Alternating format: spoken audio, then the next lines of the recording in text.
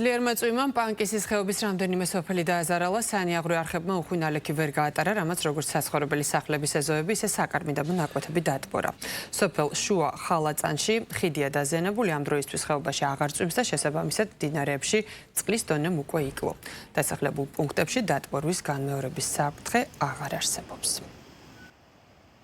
ესეთი ადიდებული წყალი არც გვინახია.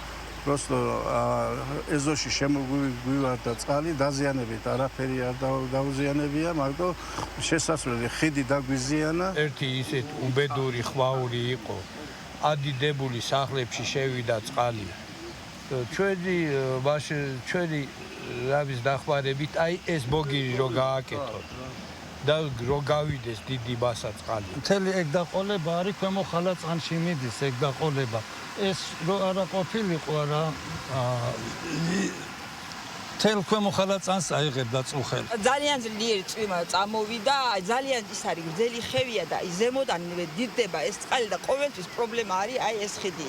ადრეც იყო ადიდებული, გადმოვიდა, ამათი ეზო მაშინაც დაიტბორა თვითონ ეს ეზო. სიმინდი, კარტოფილი, იონჯა და ის მთლიანი ყოფილა დატბორილი. ნატანი წამოიღო ხევმა, ის შედეგადაც